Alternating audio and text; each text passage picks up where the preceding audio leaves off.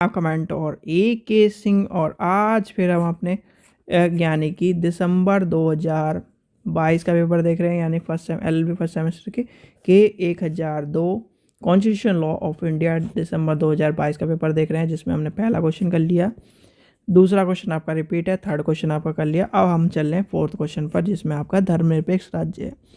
Secular state है क्या? भारत है, यानी कि भारत जो है इंडिया है। इंडिया में हिंदुस्तान कहें, भारत कहें, इंडिया कहें, तो वो उसमें आपको देखने के लिए मिलता है, एक चीज़ देखने के लिए मिलता है, कहीं पर आपको हिंदू देखने के लिए मिलेंगे, आपको एक ही जगह पर हिंदू भी देखने के लिए मिल रहे हैं, एक ही जगह पर मुस्लिम देखने के, क्रिश्चियन भी देखने के लिए मिल रहे हैं, आपका सिख भी देखने के लिए मिल रहा है, पारसी भी देखने को मिल रहे हैं, यानी कि विभिन्न धर्म आपको देखने के लिए मिल रहे हैं। तो क्या राज्य का कोई स्पेशल धर्म है? तो उसी को जानते हुए, यानी कि उसी की ले टर्म आपके आ जाती है धर्मनिरपेक्ष राज्य। उसी को जानेंगे, क्या राज्य का कोई धर्म होता है, क्या धर्मनिरपेक्ष राज्य का कानून क्या कहता है, धर्मनिरपेक्ष राज्य है क्या, तो उसी को जानेंगे। तो सबसे पहले क्या करना है, वीडियो को लाइक करना है, चैनल को सब्सक्राइब करना है, वीडियो को ज़्यादा से शेयर करना है। और जो भी स्टूडेंट प्रीवियस ईयर लेना चाहता है, वो लिंक डिस्क्रिप्शन में दिए गए, वहाँ से जाकर आप ले सकते हैं। तो चलिए शुरू करते हैं आज की क्लास को। तो आज का क्या टॉपिक है, यानी कि धर्म निरपेक्ष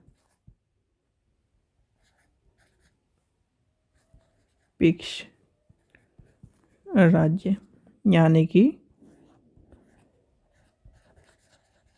सेकुलर स्टेट। ठीक है, धर्मनिरपेक्ष राज्य क्या है? यानी कि धर्मनिरपेक्ष राज्य का मतलब एक ऐसे देश या ऐसे राज्य से है जहां सरकार या शासन का अपना कोई अधिकार, यानी कि एक तरह से आधिकारिक धर्म ना हो। ठीक है, किसी भी अधिकार को किसी भी धर्म से जोड़ा ना जाए, किसी धर्म के यानी कि अनुसार रिचुअल्स ना फॉलो करे जाए, किसी भी धर्म को विशेष दर्जा ना दी जाए। जब इस तरह की चीज़ें आती हैं, किसी भी धर्म के लिए स्पेशल अधिकार के रूप में ना रखा जाए। जब आपका कोई भी, जैसे इंडिया है, इंडिया में क्या है, इंडिया में सब इतने सारे धर्म हैं। ठीक है, मान के चलते हैं एक, ठीक है, ये धर्म है, ये कोई सब धर्म है।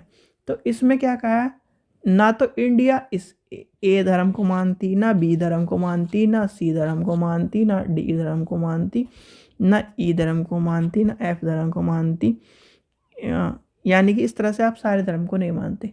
तो इंडिया क्या कहता है जी, मेरे लिए ए भी उतना ही है, बी भी उतना ही है, सी भी उतना ही है, डी भी उतना ही है, ई भी उतना ही है, एफ भी उतना ही है, जी भी इतना ही है, एच भी इतना है, आई भी इतना है, जे भी इतना है। इसका क्या कहना है कि मैं किसी भी धर्म को विशेष दर्जा, विशेष रूप से, विशेष सहायता, विशेष रूप में नहीं देखूंगा।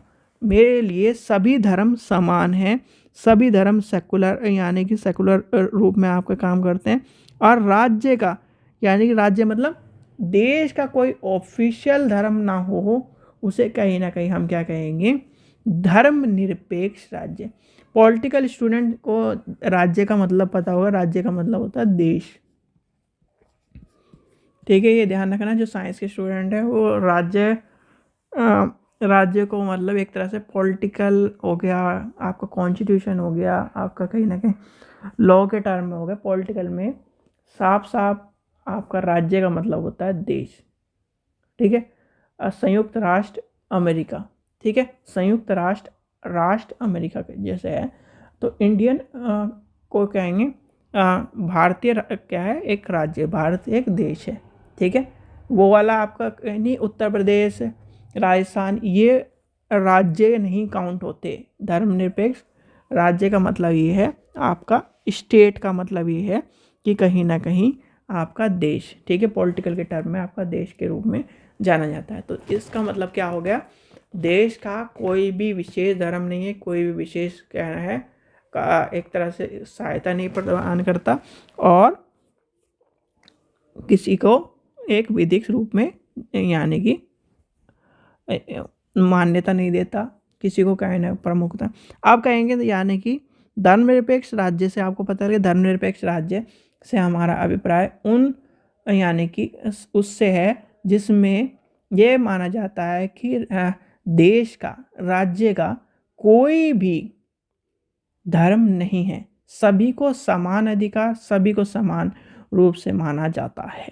ठीक है, तो आपने लिख दिया जी इतना। अब आता है धर्मनिरपेक्ष राज्य के प्रमुख यानी कि निम्न बिंदु।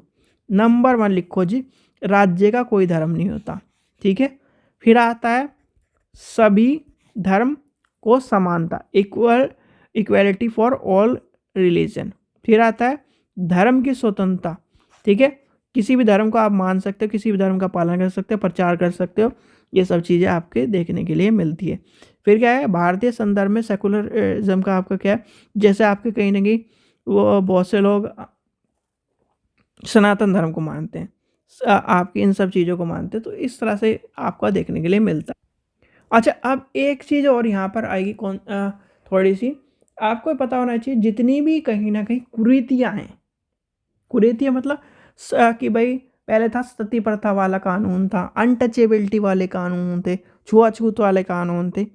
अगर इस तरह का यानी कि छुआछूत हो गया, भेदभाव हो गया, सती प्रथा हो गया, अगर ये सब चीज़ें आपको कहीं ना कहीं इस कानून के देंगे, भाई सरकार तब तक आपका कहीं ना कहीं वो विरोध नहीं करेगी जब तक आप धर्म का बात कर रहे हो।